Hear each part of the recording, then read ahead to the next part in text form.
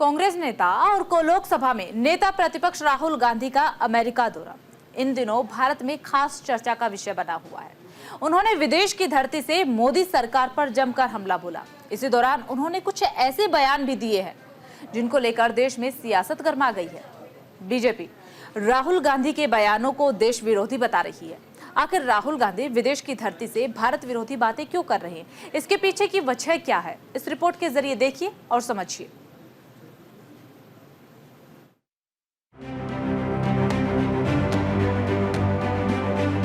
Chinese troops occupying land the size of Delhi, Ladakh.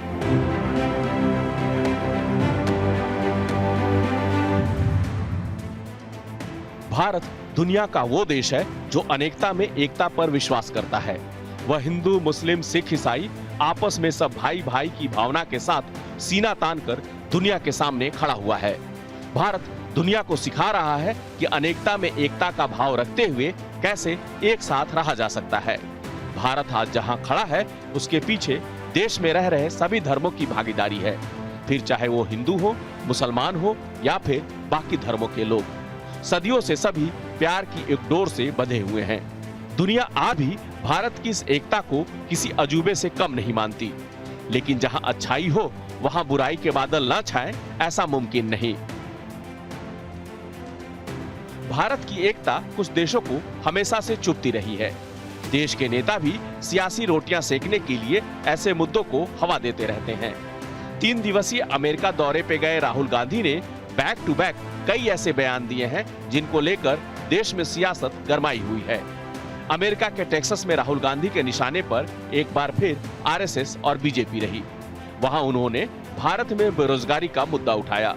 इस दौरान उन्होंने दावा किया कि भारत, अमेरिका और कई पश्चिम देश बेरोजगारी की समस्या से जूझ रहे हैं, लेकिन चीन में ऐसा कुछ नहीं है। यानी चीन में बेरोजगारी जैसी कोई चीज नहीं है। I've been saying here in the United States that the West, America, Europe and India, the West used to be the producer of the world. If you wanted to buy a car in the 60s, you bought an American car. You wanted to buy a washing machine, you wanted to buy a refrigerator, you bought an American refrigerator, you bought an American washing machine, American television. You guys were at the forefront of that, right? And then somewhere along the line, America decided, India decided, and the West decided that we're just going to stop. And we handed the whole thing to the Chinese.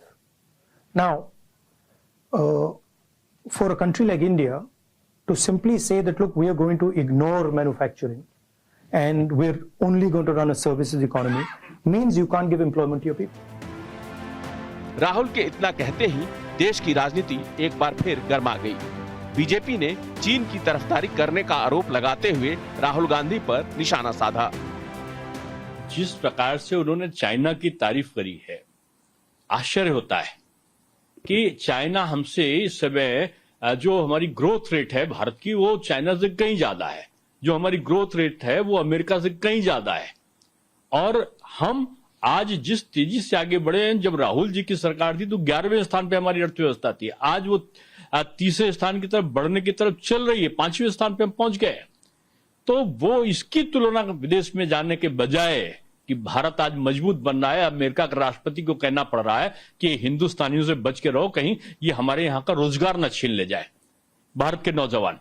और उस स्थिति में वो भारत के नौजवानों का एक प्रकार से वो उनको डिमोरलाइज कर रहे हैं। इस दौरान नेशनल प्रेस क्लब में राहुल गांधी ने अमेरिका के साथ संबंध, बांग्लादेश, इजराइल और आतंकवाद को लेकर पाकिस्तान के साथ मोदी सरकार के रुख का समर्थन किया।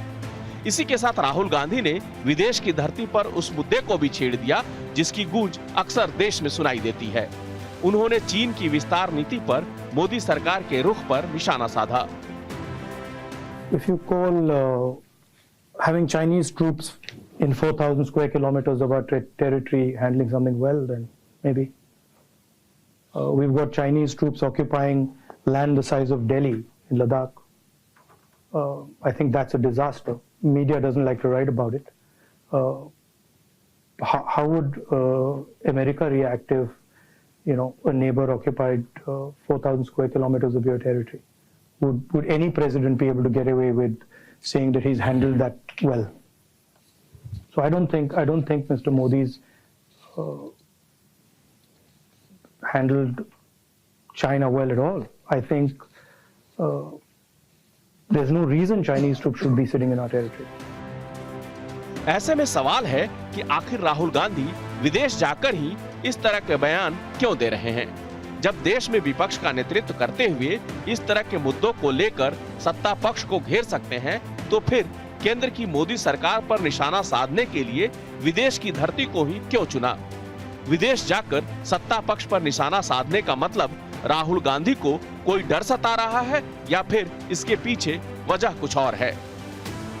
विदेशों में जाकर के भारत के बारे में बुरा भला कहना, भारत को बदनाम करना, ये तो ठीक नहीं है और भारत को कोई पाठ नहीं पढ़ा सकते हैं। जहां तक हमारा जमीन का सवाल है, मोदी जी आने के बाद हमारा 1 इंच जमीन कोई कब्जा नहीं कर पाया। मैंने विपक्ष के नेताओं को कहा था पिछली बार सदन में कि समय है तो मेरा साथ चलिए। और 1962 से पहले अगर बॉर्डर में डिमार्केशन नहीं था, वहां कुछ गड़बड़ हुआ, इसका मतलब ये नहीं कि आज आकर के हमारे जमीन को कब्जा कर लेंगे, ये संभावना नहीं है। विदेशों में जाकर के भारत का अंदर का बात और भारत को ही अटैक करना, ये तो शोभा नहीं देता है। जब भारत के आंतरिक मामलों में अमेरिका की कोई भूमिका नहीं है, तो फिर राहुल गांधी अमेरिका जाकर इस तरह की बयानबाजी क्यों कर रहे हैं? ये वो सुलगते सवाल हैं जिनका जवाब देश का हर नागरिक राहुल गांधी से पूछ रहा है। ऐसे में देखना होगा कि राहुल गांधी देश के इन सवालों का जवाब देते हैं या फिर बचकर निकल जाते हैं। फिलहाल उनके बयानों को लेकर देश में सियासी पारा हाई है। न्यूज इंडिया के लिए संजीव कुमार की रिपोर्ट। भारत पाकिस्तान के रिश्ते दोनों देशों के लिए हमेशा से ही अहम रहे हैं, दुनिया के नजरिए से भी और दोनों पड़ोसी देशों की जरूरत के हिसाब से भी। लेकिन आतंकवाद दोनों देशों के रिश्तों में खटास पैदा कर रहा है। पाकिस्तान ये अच्छी तरह जानता है कि आतंकवाद उसके रिश्तों में जहर घोल रहा है। इसके बावजूद वो अपनी जमीन पर आतंक को पाल रहा है। तो वहीं पर भारत ने भी कड़े शब्दों में कहा है कि आतंक के साथ ये रिश्ता उसे कबूल नहीं, लेकिन पाकिस्तान है कि मानता ही नहीं। ये खास रिपोर्ट देखिए।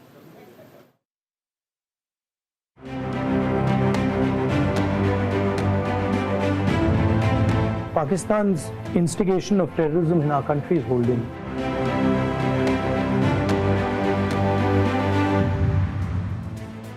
आतंकवाद भारत ही नहीं पूरी दुनिया के लिए एक ऐसी लाइलाज बीमारी बन गया है जिसका इलाज सिर्फ और सिर्फ वहीं हो सकता है जहां ये फल फूल रहा है।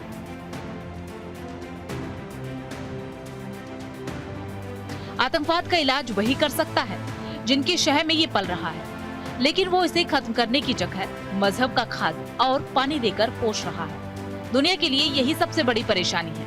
पाकिस्तान ना तो ये मानने को तैयार है कि आतंकवाद को वही पाल रहा है और ना ही ये मानने को तैयार है कि उसकी जमीन आतंकी इस्तेमाल कर रही है।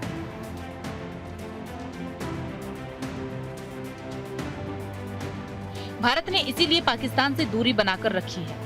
भारत के हुक्मरानों का कहना है जब तक पाकिस्तान आतंक को खत्म नहीं करता है तब तक भारत उसके लिए गैर रहेगा। ऐसे में विदेश जाकर भारत के विरोधियों के साथ फोटो खिंचवाना कहां तक जायज है? भारत में इसी को लेकर इन दिनों हो हल्ला मचा हुआ है। कांग्रेस नेता राहुल गांधी अमेरिका गए तो अनौपचारिक दौरे पर थे, लेकिन उन्होंने अमेरिका पहुंचकर मोदी सरकार पर निशाना साधते हुए ऐसे बयान दिए जिसका सीधा असर देश की सियासत पर पड़ा। भारत पाकिस्तान संबंधों पर कांग्रेस नेता राहुल गांधी ने कहा, Pakistan's instigation of terrorism in our country is holding the two countries back. We're not going to accept Pakistan carrying out terror acts in our country. We're just not going to accept it. And until they keep doing that, there's going to be problems between us. अमेरिकी जमीन पर राहुल गांधी ने आतंकवाद को लेकर मोदी सरकार के रुख की तारीफ भी की और अपना समर्थन भी दिया, लेकिन वो भूल गए कि जिनके साथ वो पिक्चर फ्रेम साझा कर रहे हैं उनमें एक ऐसा इंसान भी है जो हमेशा पाकिस्तान के साथ खड़ा रहा। इस फोटो में राहुल गांधी के साथ ब्लैक ड्रेस में दिखाई दे रही भारत विरोधी अमेरिकी सांसद इल्हान उमर है। जाहिर है एक ऐसी नेता जो भारत से कश्मीर को अलग करना चाहती हो, जो खालिस्तान का समर्थन करती हो जो भारत के खिलाफ आए दिन जहर उगलती हो। उसके साथ राहुल गांधी को देखकर भारत में कुछ लोग जरूर चौंक गए होंगे, क्योंकि राहुल गांधी लगातार एंटी इंडिया गतिविधियों में शामिल लोगों के लिए खाद पानी मुहैया करा रही है। बीजेपी ने इसे लेकर राहुल गांधी पर निशाना साधा है। वो भारत विरोधी ताकतों को मिलते हैं। ऐसी महिला जो भारत की बार बार आलोचना करती है, मुस्लिम ब्रदरहुड की साथ खड़ी दिखती हैं, पाकिस्तान के साथ खड़ी दिखती हैं, कश्मीर भारत का अभिन्न अंग है उसके बारे में भी आलोचना करती हैं। आईएसआई जैसी संस्थाओं के साथ उनकी खबरें निकलती रहती हैं। एक बेबुनियाद बात जो महिला कहे कि भारत में हमारे मुस्लिम भाई बहन सुरक्षित नहीं है, उनके साथ जब राहुल गांधी दिखते हैं तो देश का ही नहीं हर देशवासी का भी अपमान करते हैं, और मैं इसकी घोर निंदा करता हूं। ऐसे में ये जानना जरूरी हो जाता है कि आखिर जिस अमेरिकी सांसद के साथ राहुल गांधी के फोटो को लेकर भारत में हंगामा मचा हुआ है वो कौन है और उनका रुख भारत विरोधी क्यों रहा है। इल्हान उमर अमेरिकी सांसद है। 2019 से अमेरिकी कांग्रेस के डेमोक्रेट सदस्य हैं। अमेरिका में अपने इजराइल विरोधी रुख की वजह से जानी जाती हैं। अमेरिका ट्विंस टावर हमले 9/11 में आतंकियों का फेवर किया। भारत में उनका नाम तब चर्चाओं में आया जब इल्हान ने साल 2022 में पाकिस्तान के कब्जे वाले कश्मीर का दौरा किया था। एक अमेरिकी रिपोर्ट की माने तो पाकिस्तान ने इल्हान की पीओके के दौरे को फंड किया था। अमेरिकी सांसद इल्हान उमर का विरोध यहीं तक सीमित नहीं रहा। आपको याद हो जब पीएम नरेंद्र मोदी ने अमेरिकी संसद में भाषण दिया था, उस वक्त भी इल्हान ने उसका विरोध किया था। इल्हान कई बार भारत के खिलाफ विदेशी मंचों से बोल चुकी हैं। वे भारत को अल्पसंख्यक विरोधी भी बता चुकी हैं। भारतीय के लिए अमेरिकी सिटीजनशिप ग्रीन कार्ड के लिए रहने की अवधि घटाने का भी उन्होंने विरोध किया था। ऐसे में इल्हान उमर के साथ राहुल गांधी के फोटो देखकर बीजेपी बुरी तरह भड़क गई। बीजेपी नेताओं का कहना है कि राहुल गांधी सत्ता में आने के लिए उतावले हैं। इसी उतावलेपन की वजह से ही कोई कट्टरपंथी इस्लामिक इल्हान उमर से मुलाकात कर सकता है। राहुल गांधी डबल डिजिट की पार्टी है।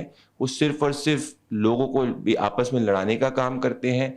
उनको मजा इस बात से आता है कि देश को अगर कुछ नुकसान होता है तभी वो बाहर जाके चीन की बैटिंग करते हैं और भारत के बारे में झूठ फैलाते हैं। दुख की बात यह है कि आज हमारा विपक्ष कंस्ट्रक्टिव विपक्ष नहीं है। वो भारत को हानि भी पहुंचा सकता है अपने राजनीतिक फायदे के लिए। देश की जनता को ऐसे विपक्ष से डर है और देश की जनता ऐसे विपक्ष से सचेत है कि ये कोई भी कॉन्स्पिरेसी देश के खिलाफ फैला सकता। फिलहाल इस खास बुलेटिन में सिर्फ इतना ही। बाकी तमाम बड़ी खबरों के लिए बने रहिए न्यूज़ इंडिया के साथ।